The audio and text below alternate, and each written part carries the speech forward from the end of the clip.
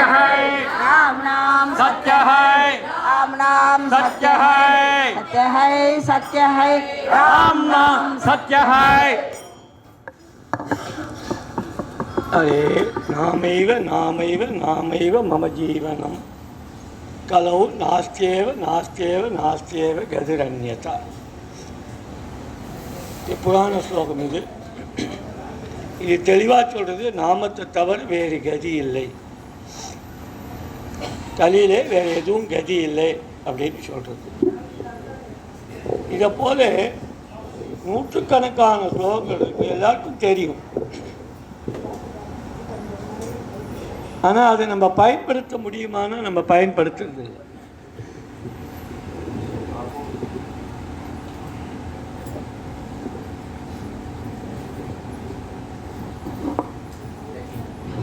ஏராளமான தர்மங்கள் இருக்கு.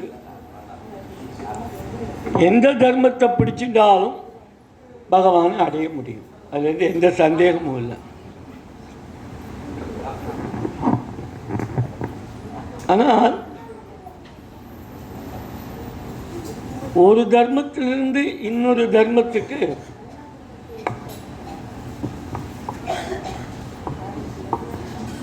மாறுறது ரொம்ப சகஜமாக இருக்கிற காலம். இப்போ வாய்ப்புகளும் ரொம்ப அதிகம். அந்த காலத்தில் வாய்ப்புகள் கம்மி. இப்போது கண்ணால் பார்க்கறதுக்கும் காதால் கேட்கறதுக்கும் இன்னும் சில பேர் நம்மக்கிட்ட வந்து சொல்கிறதுனாலையும் நிறைய தர்மங்களே நமக்கு ஆசை ஏற்படும். எல்லாத்தையும் போயிட்டே இருப்போம், ஆனால் எதையும் பிடிச்சிக்க மாட்டோம்.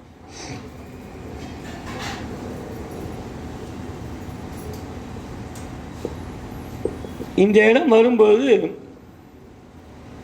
ஒவ்வொரு தர்மத்தையும் அதுக்குன்னு இருக்க பெரிவா அதை காண்பிக்கிறதுக்காக சில நியமங்களை வச்சிட்ருப்பான்.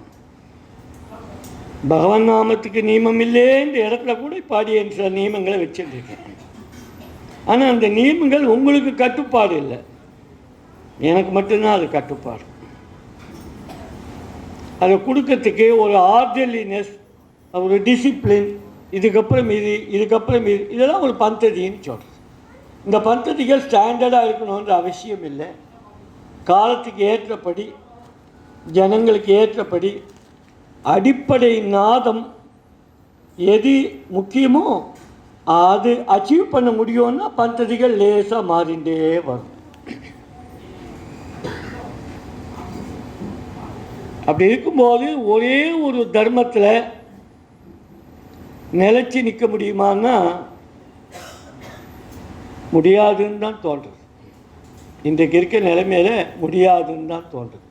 அதுக்கு என்ன காரணம்னு கேட்டால், கலோ கல்மஷ சித்தானா பாபத்ரயோபஜீவினா விதினாம் விதிக்கிரியா கதிர் கோவிந்த கீர்த்தனம். ஏன்னா மனசு ஆசை வயப்பட்டது, ஈர்ப்புக்கு அடிமையாயிடும்.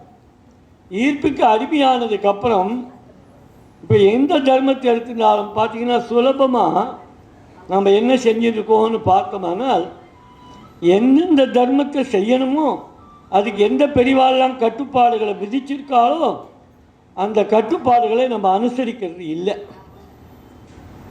அதை அனுசரிக்க முடியல, அது வேறு விஷயம். ஆனால் அதை நம்ம அனுசரிக்கலே, இது தவறுன்ற கூட யாருக்கும் எண்ணம் தோன்றது, யாருக்கும் அந்த எண்ணம் தோன்றது. அதனால தான் இந்த யுகத்தை பற்றி சொல்லும்போது இது வம்பு உலகம்னு சொல்கிறது, அட்ஜஸ்ட்மெண்ட் உலகம்னு சொல்கிறது. ஏன் அப்படி இருக்குது அப்படின்னா சுயநலம் சார்ந்ததாக இருக்குது. சுயநலம் சார்ந்ததாக எந்த தர்மமும் இன்றைக்கி அது இருக்கக்கூடிய நிலைமையில் செல்ஃப் ஈகோக்காக தான் இருந்துருக்கோவிய தர்மத்துக்காக அப்படின்ற பெரியவாள் இன்றைக்கி காணாமல் போயிட்டாங்க. எல்லாரும் காணாமல் போயிட்டோம். அதுவும் இப்போ நான் ஒரு 65 வருஷமாக பார்த்துட்டுருக்கேன். கடைசியாக நடந்த ஒரு 25 வருஷத்தில் என்ன நடக்குதுன்னு யாருக்குமே தெரியல. எதை பார்த்து எல்லாரும் போயிட்டுருக்கான்னு தெரியல, அவர்களுக்கும் தெரியாது. ஒரு சின்ன கதை சொல்கிறேன். ஆசை வயப்பட்ட தர்மங்கள் உனக்கு ரொம்ப சுலபம். நியமவசப்பட்ட தர்மங்கள் உனக்கு போலித்தனத்தை கொடுத்துரும். ஏன்னா நியமத்தை நீ அனுஷ்டிக்க மாட்டே. அனுஷ்டிக்காதனால என்ன ஆகும்? அனுசரிக்கிற மாதிரி நடிப்பேன். அதில் என்ன வேடிக்கைன்னா, முன்னெல்லாம் யாராவது ஒருத்தர் 2 பேர் நடிப்பா, அவன் நடிக்கிறான்டா சொல்லுவா. இப்போ எல்லாருமே நடிச்சுட்டு இருக்கா. யாரை பார்த்து யார் சொல்கிறது? யாரை பார்த்து யார் சொல்கிறது? பிருந்தாவனத்தில் பிசி மான்னு ஒரு அம்மா இருந்தா. அவள் ஒரு விதவாஸ்திரி.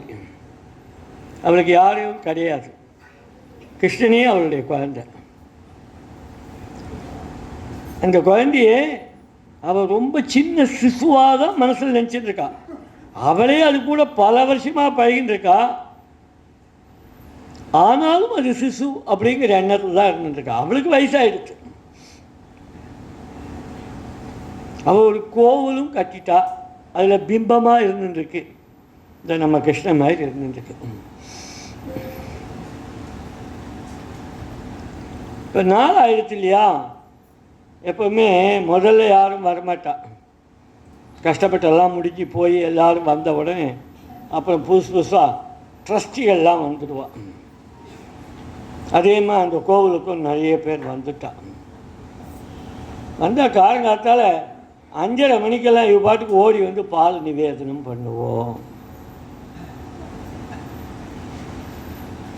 இது ரொம்ப காலமாக நடந்துருக்கு. அவள் திடீர்னு ராத்திரி 11 மணிக்கு கொடுப்போம். அப்போல்லாம் யாரும் இல்லை பார்க்கறதுக்கு. இப்போ பார்க்கறதுக்கு ஆள் வந்துட்டா இல்லையா? உடனே ஒருத்தங்க குளிச்சு ஆகணும். அதுக்கு அகந்து போயிடுச்சு. ஒன்றுமே தோணலை.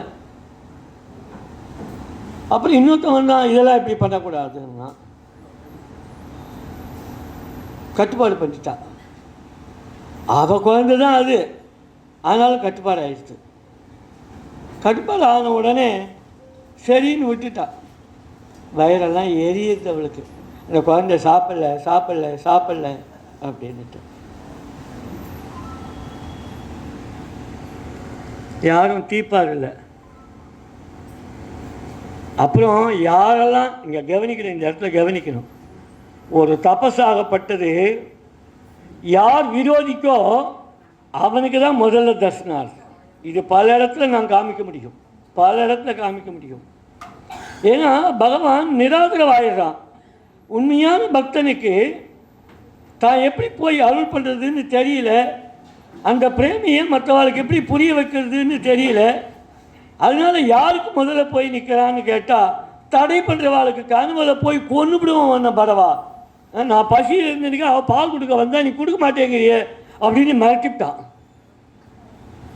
அப்புறம் எல்லோரும் ஓடி வந்து, அம்மா நீ எப்பவும் போல் செய்ய அப்படி செஞ்சுக்கோ அப்படி. அவள் குளிப்பா குளிக்காமல் இருப்பா, அவள் இஷ்டம் அதெல்லாம். ஆனால் அவளுடைய கருத்து பூரா அந்த கண்ணங்கிட்ட தான், அந்த குழந்தைகிட்ட தான். இது ஏதோ பிசிமாக்கு நடந்ததுன்னு நினைக்க வேண்டாம் நீங்கள்.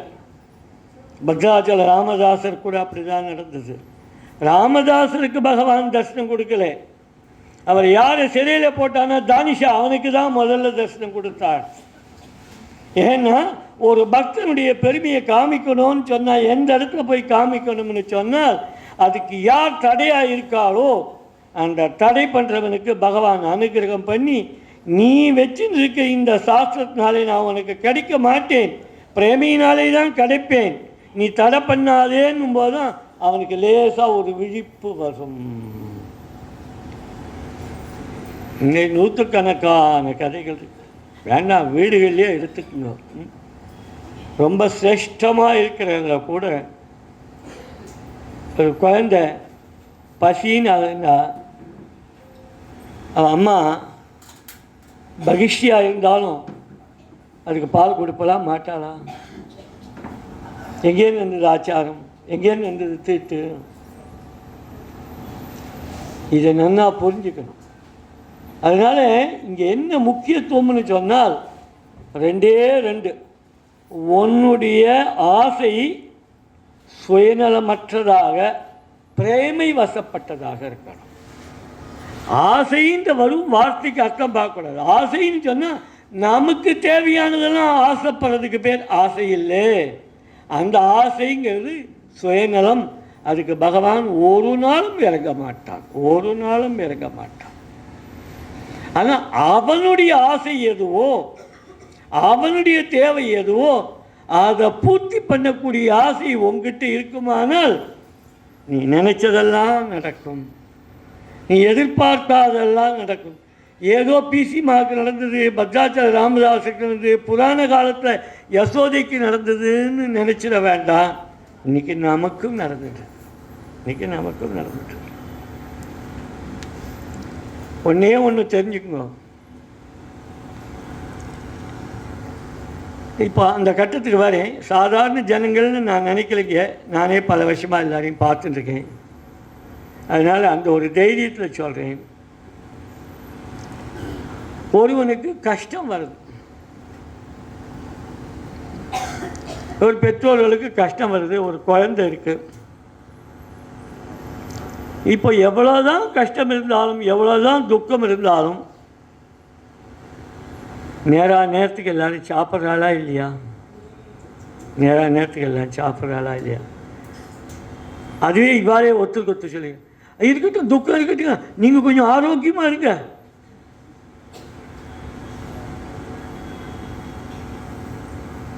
ஒருவேளை குழந்தை இருந்ததுன்னு சொன்னால் அந்த குழந்தைய சுசுஷிக்காக முதல்ல அதை கவனிப்பான். இவாளுக்கு வேண்டப்பட்ட கஷ்டம் இருக்கும், துக்கம் இருக்கும், இருந்தாலும் அதை கவனிப்பான். அப்படியே கொஞ்சம் ஞாபகம் வச்சுட்டு இப்போ எவ்வளோ பேர் நம்ம வாழ்க்கையில் சந்தோஷமாக இருக்கும்? நிஜமாக சொல்லுங்கள், எவ்வளோ பேர் சந்தோஷமாக? நீங்கள் எது சந்தோஷம் நினச்சிருக்கீங்களா? நிஜமாக சந்தோஷம்னு நினைக்கிறீங்களா? உங்களுடைய சந்தோஷம் எவ்வளோ நாள் நிலைச்சிருந்திருக்கு?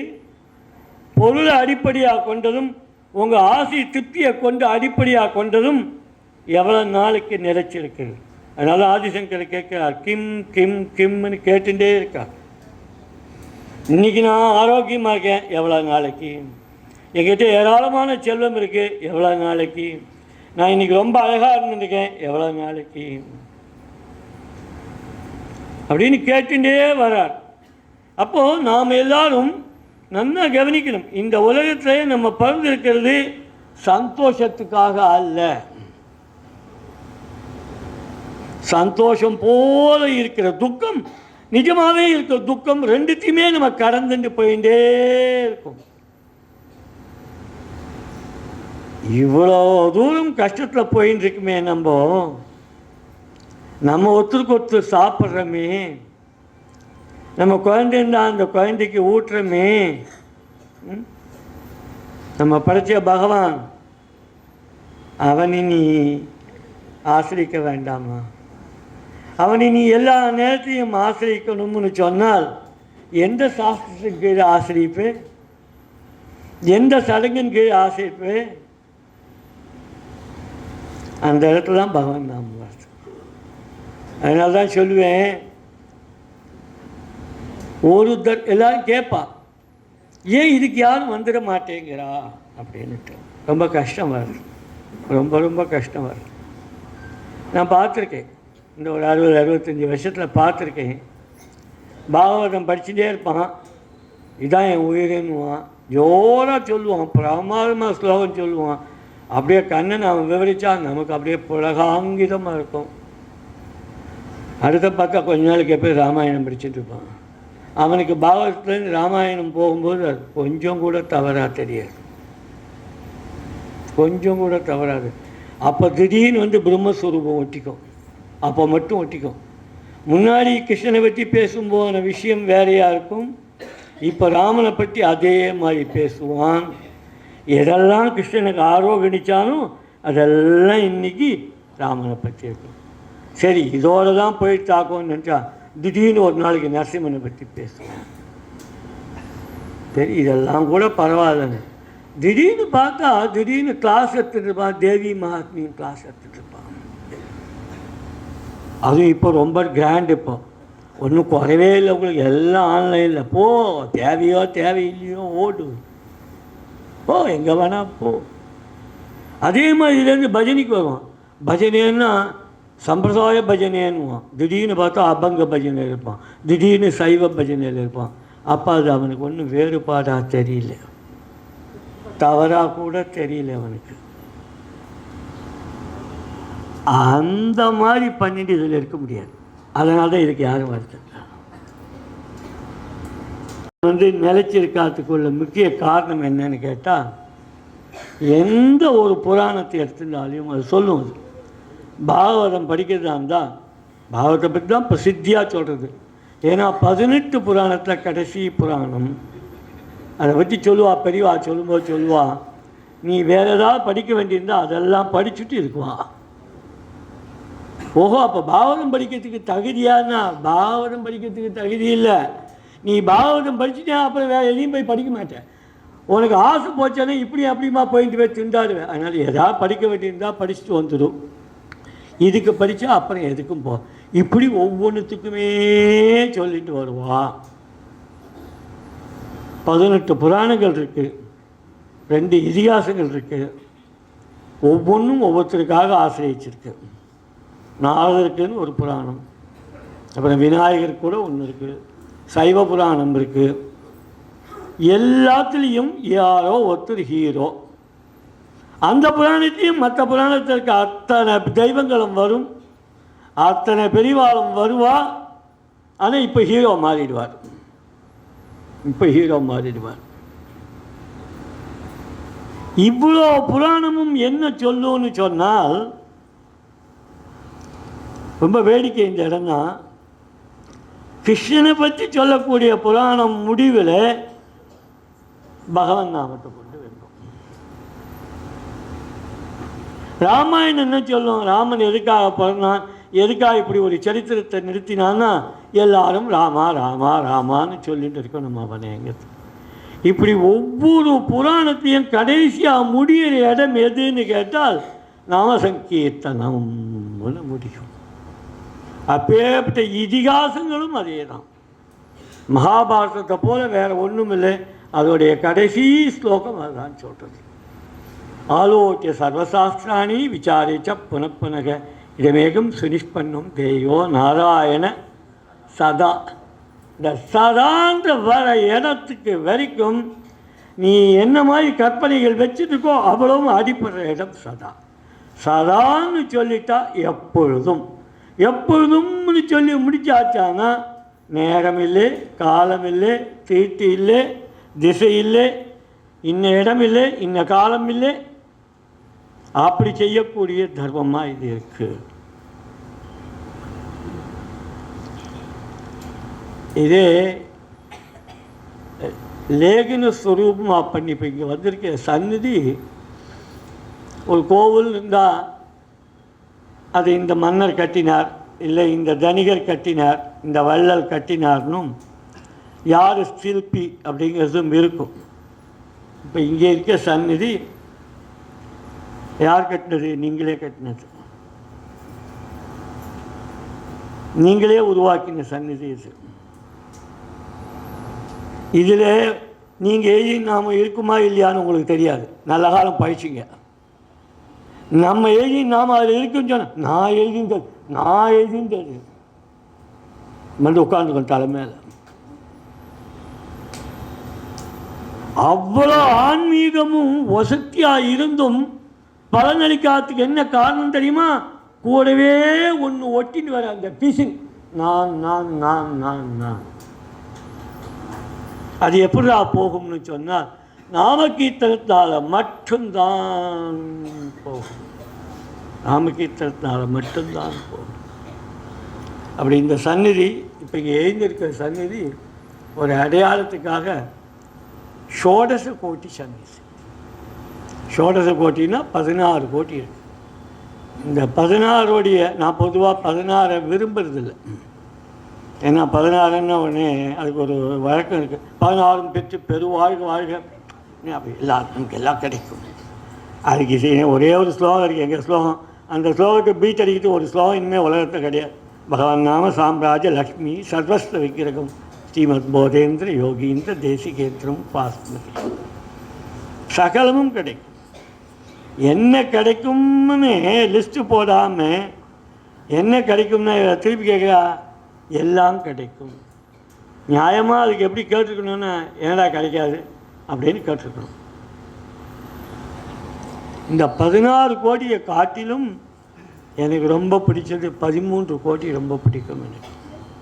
ஏன்னா அது ஆஞ்சநேயருடைய மந்திரம், ஸ்ரீராம் ஜெயராம் ஜெய ஜெயராம்ன்ற மந்திரம். அது ஓம் நமோ நாராயணாங்கிற அஷ்டாட்சரியும் ஓம் நம சிவாயாங்கிற பஞ்சாட்சரியும் சேர்ந்த 8, 5, 13. அந்த ஓம் நமோ நாராயணா ஓம் நம சிவாயோடைய ஜீவன் தான் ராமா. இந்த 2 எழுத்தினால ஏற்பட்டு 13 கோடியே ஆசிரிக்கிற வழக்கம் உண்டு. அது சமர்த்த ராமதாசரெல்லாம் பண்ணி காண்பிச்சா. இருந்தாலும் இந்த இடத்துல 16 கோடி அப்படின்னு ஜனங்களுக்கு புரியணும் இல்லையா? ஜனங்களுக்கு எப்பொழுதும் தான் நன்னா இருக்கணும், தன் குழந்தைகள் நன்னா இருக்கணும். இன்னும் கேட்டால் தான் நன்னா இருக்கணுங்கிறதுக்கு அப்புறத்தை காட்டில் தன் குழந்தைகளுக்குன்னு வரும்போதே ஒன்றை தியாகம் பண்ணுறாங்க. நம்ம எப்படி இருந்தாலும் பரவாயில்ல, நான் நினச்சிட்ருக்கேன் அப்படின்னு நினச்சிட்டு பதில் சொல்கிறேன் நான். அப்புறம் குழந்தைகள், அதுக்கப்புறம் அந்த ஆத்து மாமியம், இந்த ஆத்து மாமியம், இப்படி நம்ம கண்ணில் பார்க்கும்போது அவளும் நன்னா இருக்கும், அவளும் நான். ஆனால் நம்ம பண்ணக்கூடிய எல்லா தர்மத்தையும் சர்வஜனோ சுகினோ பவந்து, எல்லாரும் எங்கே இருக்காளோ எங்கெங்கே என்னென்ன பண்ணிட்டு இருக்காளோ அவ்வளோ பேரும் நன்னா இருக்கட்டும்ங்கிறத நம்ம சாஸ்திரம் நமக்கு சொல்லி கொடுத்தது. ஆனால் எல்லாம் எதுவும் வார்த்தைகளாக போயிடுது. எதையும் உணர்ந்து ஒரே ஒரு செகண்ட் அப்பா அப்படின்னு சொல்கிறதுக்கு ஆள் இல்லை. இன்றைக்கி ஒரு செகண்டு கூட ஆள் இல்லை. எல்லாம் பெருமை சார்ந்ததாக போயிடுது, எல்லாம் பணம் சார்ந்ததாக போயிடுது. அதில் இந்த தர்மம் நான் தான் அந்த காலத்தை சொல்லுவேன். ஏன்னா எங்களுக்கு குருநாதர் சொல்லி கொடுத்துருக்கார். என்ன சொல்லி கொடுத்தாருன்னா, இதுக்கு யாரும் வரமாட்டான், நீ மட்டும் சொல்லு, பரவாயில்ல, நீ நல்ல பிள்ளைன்னு எங்களை சொல்லுவார். எப்படி சொல்லுவார்? எல்லோரையும் கூப்பிடு, ஒருவர் கூட வரமாட்டார்கள் அப்படின்ட்டு நம்மளும் போயிட்டு போகிறோமேன்ட்டு. ஆனால் நீ நல்ல பிள்ளை, நீ நாமும் சொல்லு அப்படி சொல்லி கொடுத்துருக்கார். அது மட்டும் சொல்லலை, வாழ்க்கையோடைய ரொம்ப முக்கியமானது 4 ஆசிரம தர்மங்கள். ஆசிரம ஆரோக்கியஸ்வரம் ஒன்றில் எல்லாம் வேறு தண்டம், வேறு அம்பக்கெல்லாம் அவ்வளவும் போச்சு. எல்லாம் போலித்தனத்தில் வந்து வேறு வழி இல்லை அவளுக்கு. மடங்களே இன்றைக்கி போலித்தனத்தை சார்ந்திருக்க முடியாயிடுது. ஏன்னா இப்படி கையை கட்டிட்டு ஏதோ ஒரு வேஷம் போட்டுட்டா அதுதான் ஆச்சாரம்னு நினைக்கிற காலம் வந்ததுக்கப்புறம் போலித்தனம் தானே வந்து கொடுத்து எல்லாம் போலித்தனம் ஆயிடுச்சு. 4 ஆசிரமங்கள், 4 வர்ணங்கள், சொல்லவே வேண்டாம். என்ன இருக்கு? 9, 8 பிரத்யேகமான ஸ்ரீ தர்மம். அது ரொம்ப விசேஷமாக சொல்கிறா. நம்புகிறேன், நான் நம்புகிறேன். ஏன்னா இந்த 9 தர்மங்களும் நசிச்சு போயிருக்கும்போது, நசிச்சுன்னு என்ன அர்த்தம்? காணாமல் போயிடுதுன்றார். காணாமல் போகும்போது இந்த உலகத்தை எது காப்பாற்றும்? எங்கிருந்து காப்பாற்றும்? அப்படின்னா பட்டாட்டோமாக இருக்காதான் இருக்கு. இந்த பகவான் நாமம் எங்கேயாவது ஒரு மூலையில் இருந்து இந்த காப்பி கிளப்பு கிட்ட இருந்துட்டு அவன் ராமா ராமான்னு சொன்னால் காப்பிக்காவது போய் காதில் கேட்கணும். போதும் போதும். 9 தர்மங்களும் நசிச்சு போயிருக்கும்போது, ஏன்னா அங்கே ஸ்ரீ தர்மம் நசிச்சு போயிருக்குன்னு சொல்லிட்டால் பாரு, அங்கே அடி வாங்கிட்டு சொரேல்னு அடி வாங்கிடுச்சு. ஏன்னா ஸ்ரீ தர்மம் ஒன்றுத்துனால தான் மற்ற தர்மங்கள் பிழைக்கும்னு கலியில் முக்கிய சாஸ்திரம் இருக்கு. வியாசாச்சாரியார் சொல்லியிருக்கார். அந்த ஸ்ரீகளே நசிச்சு பேராசைப்பட்டு பணத்து மேலே ஆசை வச்சு புருஷன் பண்ணக்கூடிய, குடும்பம் பண்ணக்கூடிய அத்தனை தப்புக்களுக்கும் ஆதாரமாக அவர்களே ஆனதுக்கு அப்புறம் எந்த தர்மத்தினால நிர்வாகம் ஆகும்? நாம் எப்படியோ நம்ம காலம் போயிடுத்து, இனி வரப்போடைய கதி என்ன? அப்படி இருக்கும்போது வெறும் தர்மங்களே போலித்தனமாக பண்ணிட்டு பகட்டுக்காகப்பட்ட தர்மங்கள் ஒரு மாதிரி இருக்கும், ஏதோ பண்ணிட்டா மாதிரி பெருமை இருக்கும். அவரவர்கள் தர்மத்தை யார் உபாசிக்கிறாளோ அவர்கள் தங்களை நினச்சி பார்க்கணும், நாம் இதில் எவ்வளோ உண்மையாக இருக்கோம்னு நினச்சி பார்க்கணும். ஏன்னா பகவான் எதில் இருக்கான்னு தெரியுமா? எந்த தர்மத்தையும் இல்லை. ரெண்டு இடம் சொல்கிறேன். ஒன்று ராமகிருஷ்ண பரமஹம்சர் கடைசியாக சொல்லி முடிக்கிறார். சத்தியமாக இருக்கான் பகவான்கிறது எந்த இடத்துல இருக்க? நீ சொல்கிற வார்த்தையில் இருக்கான். நீ சொல்கிற வார்த்தையில் இருக்கான். இன்னொன்று வெளிப்படையான ஒரு ஸ்லோகம், நாகம் வச்சாமி வைக்குண்டே ந யோகி எதையே மத் பக்தானாம் எத்திர காயந்தி தத்த திஷ்டாமி நாரதா. எங்கே இருக்கான் பகவான்னு கேட்கும்போது வைகுண்டத்தில் இல்லை. யாரோ யோகிகள் என்னை சிறைப்படுத்தினாலா? அதுவும் இல்லை. 10 பக்தர்கள் என்னை பாடிக்கொண்டிருக்கிற இடத்துல நான் அவர்களுக்கு இருக்கேன்னு சொல்ல தெரிகிறேன்னுட்டான், திஷ்டாமின்னுட்டான். அப்போ நீ நாமம் சொன்னால் போதுமா? போதும்னா சரி, நாமத்துக்குள்ள மதிப்பு இருக்கு, போதும்னா சரி. ஆனால் நீ சொல்கிறது நாமம் அந்த ராகத்துக்கும் ஆஹா நிறைய சொன்னேனோ நான் இன்றைக்கி 12 மணி நேரம் உட்காந்து, அது இல்லைடா விஷயம், அது இல்லை விஷயம். அந்த நாமம் உன் வாயில் வந்து இன்றைக்கி வாயில் வந்துருக்க நாமம் தாண்டா பகவான்னு தெரிஞ்சு. கோவிந்தால் கூப்பிட்றார், சரஸ்வதியை கூப்பிட்றார். எப்படி கூப்பிட்றார் தெரியுமா? இந்த அணங்கு, இந்த வாயின்ற அணங்குல இந்த நாக்கு இருக்கு இல்லையா, அதான் மேடையாம். அந்த மேடையில் நீ வந்து நர்த்தனம் ஆடு. என்ன நர்த்தனம் ஆடுது? ராமா ராமா ராமா ராமா ராமா ராமா ராமா. சரஸ்வதி இதுக்கு வரணுமா, விக்னேஸ்வரர் வரணுமா, ஒருத்தரி கூப்பிட்றார். எது அவளுக்கு ஒரு பேர் இருக்கு, இவ கலையை கொடுக்கக்கூடியவா, அவர் தடையில்லாமல் நடத்துவார். அப்போ அவள் எதுக்கு தடையில்லாமல் இருக்கணும்? விக்னேஸ்வரர் நாமத்துக்கு தடையில்லாமல் இருக்கணும். நீ வா சரஸ்வதியே, நீ வந்து இங்கே குடிக்கொண்டு போய் நாக்கில், ஏன்னா என் நாக்கில் அபத்த வார்த்தைகள்லாம் வரும், என் காது அபத்த வார்த்தைகள்லாம் கேட்கும், என் கண் போகக்கூடாதுக்கெல்லாம் போகும். இதெல்லாம் எது கொண்டு தடை நிறுத்தோ? இந்த நாமம். கண்ணால் பார்ப்பதும் நாமம், காதால் கேட்பதும் நாமம், வாயால் சொல்வதும் நாமம், ஒரு நமஸ்கரிப்பது வந்தனம் நாமம், 2 பூ நாமம். நாளைக்கு இன்னிலேருந்து சாயங்காலத்துலேருந்து ஐயப்ப பூஜை நடக்க போகிறது இல்லையா? அந்த பூஜை மகோன்னதமாக இருக்கும். அவர்களே பல வருஷமாக பண்ணிட்டு இருக்காங்கிறதுனால மட்டும் இல்லை, இன்றைக்கி சொன்ன நாமம், இன்றைக்கி இறங்கின இந்த இடத்துல இருக்க இந்த வைப்ரேஷன், அந்த பகவான் நாமம் இருக்கு இல்லையா, அது சர்வத்தையும் புனிதமாக்கிடும், சர்வத்தையும் புனிதமாக்கிடும். அப்படிப்பட்ட பகவன் நாமத்தை நேரடியாக வச்சுட்டு ஏதோ சொல்லிட்டு இருக்கோம் இல்லையா, இது இன்றைக்கி கோடானு பேருக்கு போய் இன்றைக்கி நாம் வந்து 13,000 கோடிக்கு சொந்தக்காரர்கள். பெருமையாக இருக்கா? எனக்கு ரொம்ப கேவலமாக இருக்கு. 35 வருஷம் பாடுபட்டு இவ்வளோ பிரச்சாரம் பண்ணியும் வெறும் 13,000 கோடி தான் பண்ணியும். அப்போ லோகம் எப்படி இருக்குன்னு பாருங்கள், இன்னும் செல்ல வேண்டிய தூரம் எவ்வளோன்னு பாருங்கள். ஆனால் அந்த எண்ணிக்கையை காட்டிலும் 3 விஷயங்களை ஞாபகம் வச்சுக்கணும். நீங்கள் யாராக இருந்தாலும் சரி, எப்படி இருந்தாலும் சரி, தெரிஞ்சோ தெரியாமலோ நம்மக்கிட்ட ஏராளமான போலித்தனங்கள் இருக்குது. அதை நீங்கள் விட்டுடுங்கன்னு நான் சொல்ல மாட்டேன். நீங்கள் விட்டால் கூட அது உங்களை விடாது, விடவே விடாது. அட்லீஸ்ட் முடிஞ்ச வரைக்கும் உண்மை பேசுகிறவளாக இருக்கும். எனக்கு இன்றைக்கி வலிச்சுது, எனக்கு இது பிடிக்கலன்னு சொல்லு, இது ரொம்ப பிடிச்சிருக்குன்னு சொல்லு. யாருக்காகவும் போலியாக சொல்லாது. எனக்கு இந்த தர்மம் பிடிக்கல, பரவாயில்ல, தப்பு இல்லை, எனக்கு அதுதான் பிடிச்சது, பரவாயில்ல ஓ, அதுலையாவது உண்மையாது. அங்கே போய் இதை பேசாது, இங்கே போய் இதை வந்து பேசாது. எந்த காரியம் எடுத்திருந்தாலும் சரி, தர்ம விஷயம்னு இல்லை, லௌகீகத்தை கூட சொல்கிறேன், முடிஞ்ச வரைக்கும் உண்மையாக இருக்க பாருங்க. அந்த இடத்துல பகவான் இருக்கான், அந்த இடத்துல பகவான் இருக்கான்.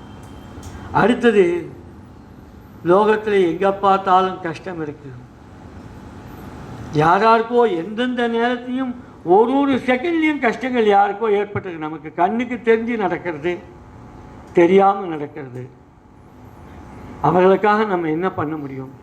நம்மக்கிட்ட 10 பேர் பணம் கேட்பா, 2 பேருக்கு நம்ம நிஜமாக கொடுப்போம், 3ஆவது கொடுக்கும்போது நமக்கு லஜ்ஜை வந்துடும், வேண்டாமேன்னு தோணும், கொடுக்குற மாதிரி கொடுப்போம். யாருக்கும் பணம் உதவி பண்ணி எதையும் சரி பண்ண முடியாது. சரி, புத்தியாவது ஏதாவது உதவி பண்ணலான்னு நம்மளை எவனும் கேட்குறதே இல்லை. அவங்ககிட்ட இருந்தால் நம்ம கடன் வாங்க வேண்டியதாக இருக்குது. அதனால் அதெல்லாம் எதுக்கும் உதவாது. ஆனால் ஒன்று நினச்சா பண்ண முடியும். ஜாதி இல்லை, மதம் இல்லை, யார் எங்கே இருந்தாலும் சரி, யாருக்காகவும் காதில் ஏதோ இன்றைக்கி ஈஜிப்டில் ஒன்று வந்துடுது, இன்றைக்கி வேறு ஒரு ஊரில் பெரும் போர் நடக்குது, காத்தால் பேப்பரில் பார்க்குறேன், இன்றைக்கி 31 பேர் பலி, ராமராமான்னு சொல்லு, க்ஷேமமாக இருக்கும், ராமராமான்னு சொல்லு. இது ஏதோ இந்த பகவன் நாமும் ஏதோ தற்காலிகமானதுன்னும் இது ஏதோ ஒரு ப்ரைவேட்டுன்னு நினைக்காதீங்க. இதுதான் இருக்கிறதுக்குள்ளேயே மோஸ்ட் ப்ரைவேட் ஒரு ரீதியில். இன்னொரு ரீதியில் பப்ளிக் லிமிடெட் கம்பெனிஸ் யாருக்கு வேணால் கொடுக்கலாம், எங்கேக்கு வேணால் கொடுக்கலாம், எப்படி வேணால் கொடுக்கலாம். 2 ஒன்று உண்மையாக இருக்க பாருங்கள். அதனால் ஒன்றும் நஷ்டம் இல்லை. நீங்கள் யாருக்காகவும் போலியாக இருக்கிறதுனால பிரயோஜனம் இல்லை. நீ போலியாக இருக்காம உங்ககிட்ட அவளும் போலியாக இருக்கா, இது எதுக்கு இந்த போலித்தனம்? 2வது, யாரும் யாருக்காகவும் பிரார்த்தனை பண்ணுறது இன்னிலேருந்து தொடங்குது. அந்த பிரார்த்தனை வலுவுள்ளதாக இருக்காது, நமக்கு அது யோகியத்தை கிடையாது. ஏன்னா இது பூரா கல்மிஷம், இந்த மனசு கல்மிஷம், இதுலேருந்து வர வார்த்தை கல்மிஷம், சகலமும் கல்மிஷம். ஏன்னா அப்படிப்பட்ட ஜீவிதம் பண்ணி அப்படிப்பட்ட ஆகாரத்தை சாப்பிட்டு இந்த உடம்பு பூரா எல்லாம் கல்மிஷமாக இருக்கிறதுனாலே அது மனசுத்தியோடு இருக்காது. அந்த பிரார்த்தனை ஒரே ஒரு சுத்தி, நமோஸ்து நாம ரூபாய, நமோஸ்து நாம ஜல்பினே, நமோஸ்து நாம சுத்தாய, நமோ நாமமயாய்ச்ச. பகவன் நாமம் ஒன்று தான் யாராலும் எந்த நேரத்தையும் எப்படியும் அசுத்தப்படுத்த முடியாதது. அதை கூட வச்சுண்டு முடிந்த அளவுக்கு உண்மையை பேசி எல்லோருக்காகவும் ராமராமான்னு பிரார்த்தனை பண்ணிட்டு போகிற காலத்தை சௌக்கியமாக கடத்தணும். களி முத்தும்போது நாமும் இந்த பிறவியை கொடுத்த பகவான் நமக்கு கொடுத்ததுக்கு உபயோகமாக இருக்கும்ன்ற திருப்தியோடு வாழணும்னு பிரார்த்தனை. மாமா இந்த விடாமல் செஞ்சுட்டுருக்கார், ரொம்ப விடாமல் செஞ்சுட்டுருக்கார், ரொம்ப ஆசையாக செஞ்சுட்டுருக்கார். நான் பார்க்குறேன் பல வருஷத்தில். இப்போ அவருடைய பிடிவாதம் இருக்கு இல்லையா, அப்படி அசையாமல் இங்கேயே இருந்துட்டு அந்த பகவான் நாமத்தை ஆசிரியம் பண்ணுற ஒவ்வொரு செயல்லையும் கூட அவர்கிட்ட இருக்க டிரான்ஸ்ஃபர்மேஷனை சொல்கிறேன் நான். இந்த டிரான்ஸ்ஃபர்மேஷன் 10 வருஷத்துக்கு முன்னாடியிலேருந்து இன்றைக்கி இருக்க இந்த டிரான்ஸ்ஃபர்மேஷன் இதுதான். அவர் இதை பிடிக்கல, இது அவரை பிடிச்சிருக்கு. அது எல்லாருக்கும் நடக்கணும் அப்படின்னு மாமா எந்த நல்ல உள்ளத்தோடு இந்த இடத்துல போன வருஷம் பாணிகிரிகால ஆரம்பிக்கும்போது கட்டடம் அப்போ தான் வரா மாதிரி இருந்தது. இன்றைக்கி இந்த பாணிகிரிகால பண்ண போன வருஷம் பண்ணிட்டு இந்த வருஷம் பண்ணுத இங்கே பண்ண பகவான் நாமம் ஐயப்பனுடைய கிருபையினாலையும் பாகவதாவுடைய கிருபையினாலும் பக்தாவுடைய கிருபையினாலையும் பூர்த்தி ஆயிருக்கு. இன்னும் கொஞ்சம் போல தான் இருக்குது அப்படின்னு சொன்னால் பகவான் நாம் என்ன பண்ணும் ஏன்னு கேட்டால் ஒரு கட்டடம் கட்டுறதோ இன்னும் ரொம்ப சாதாரணமான விஷயம். இன்றைக்கி மற்ற வாழ்க்கை எங்களை போல் இருக்க வாழ்க்கை இல்லை. எங்களை போல் இருக்க வாழ்க்கை இந்த வயசில் இந்த இடத்துல இப்படி ஒன்று பண்ணணும்னு சொன்னால் அது உங்களை போல் நல்வள்ளம் கொண்டவாளாலையும் மாமா போல் ஒரு ஸ்ரத்த உள்ளவாளாலையும் அவரே அதுக்கு ஆசிரியம் பண்ணி எல்லாம் பண்ணி இன்றைக்கி நான் பரம திருப்தியோடு இந்த அகண்டத்தில் ஒரு நாள் என்னை காலையிலேருந்து இங்கே இருக்க வச்சான் பாரு. அதுக்கு நான் ரொம்ப நன்றி கடன்பட்டேன். பகவான் நாமம் நம்மளை அப்படி ஒரு கட்டுப்பாட்டோடு வச்சு ஒரு நல்வழியை நமக்கு காமிச்சிருக்கு. அந்த நல்வழி 10 பேருக்கு போய் 100 பேருக்கு போகிறதுக்கு 1000 லட்சம் கோடின்னு போய் பகவான் நாமம் செழிப்பாக இருந்து சகல தர்மங்களும் செழிப்பாக இருந்துட்டு நம்ம பாரத தேசம் விழுந்து லோகமே க்ஷேமாக இருக்கணும்ன்ட்டு பிரார்த்தனை. ராம ராம ராம ராம ராம ராம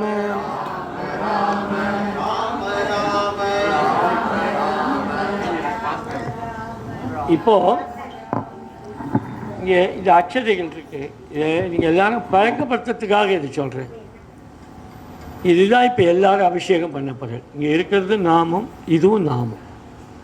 இந்த அட்சதைகள்லாம் வெறுமை ஏதோ மஞ்சள் போட்டதில்லை. ஒரு அட்சதையும் ராமராமா சொல்லி பல பக்தால் கொண்டு வந்து கொடுத்துருக்கிறதுக்கு பிரத்யேகமாக இதில் பெரும்பகுதி எங்கள் இடத்துலேருந்து நம்ம மீரான்னு இருப்பான். அவள் நிறைய சேகரம் பண்ணியிருக்கான். அதேமாதிரி ஒரு மாமி, நான் எங்கே போனாலும் உங்களை கொண்டு மூட்டை கொண்டு கொடுப்பாள் அப்படின்னா அதெல்லாம் தபஸ் சொல்லலாம். இது வீடுகள்லேயும் நீங்கள் உபயோகப்படுத்தணும். தினம் நீங்கள் சாப்பிட்ற இல்லையா, இவ்வளோண்டு அரிசி, இந்த அரிசியில் கொண்டு வந்து ஒத்தையாக ராமராமன் சொல்லி அந்த அரிசியில் சேர்த்துட்டு சமையல் பண்ணுங்கள். அதை காட்டில் நெய்வேத்தியம் உலகத்தில் வேறு எதுவும் இல்லை. இதெல்லாம் பழக்கப்படுத்துறதுக்காக அடுத்த முறை எங்கே நடந்தாலும் இந்த மாதிரி அச்சதை எல்லாரும் கொய்ச்சின்னு வரணும். அந்த அச்சதை கொய்க்கிற நேரம் ஒருவோடு தள்ளி ராமராமான் தள்ளும் போது ஏற்படுற சாந்திக்கு ஈடு இணையே கிடையாது. அதனால் இதெல்லாம் ப்ராக்டிஸ் பண்ணக்கூடியது, சுலபமாக ப்ராக்டிஸ் பண்ணக்கூடியது. எல்லாம் இது பக்தால் ஈடுபட்ட பக்தால் இருக்குது. அதே மாதிரி வில்வத்தில் ராமநாமம் எழுதுறது ரொம்ப சுலபமான வழிகள் இருக்குது. இதை நான் அடியேன் இதுக்கு மேலே பிரச்சாரம் பண்ண வேண்டாம். பிரச்சாரம் பண்ணுறதுக்கு ஏராளமான பேர் இருக்கா. எல்லாம் ஒருத்தருக்கு ஒருத்தர் பண்ணிவிட்டு உங்களோடு நிறுத்திக்காதீங்க. அடுத்த லெவலுக்கு போகும். போய் எல்லோரும் சேமமாக இருக்கணும். இப்போ எல்லாருக்கும் அச்சதை கொடுப்பா. அதனால் யாரும் முட்டி மோத வேண்டாம். நிறைய நாமம் சொல்லிட்டு இந்த அச்சதி இங்கே போடும்போது எல்லாருடைய சேமத்தை மட்டும் இல்லாமல் பிரத்யேகமாக ஒன்றும் இந்த அச்சதியினாலே உங்களுடைய நாமம் அச்சயமாக வளரணும்னு ஒரு பிரார்த்தனை நான் வைக்கிறேன். ராம ராம ராம ராம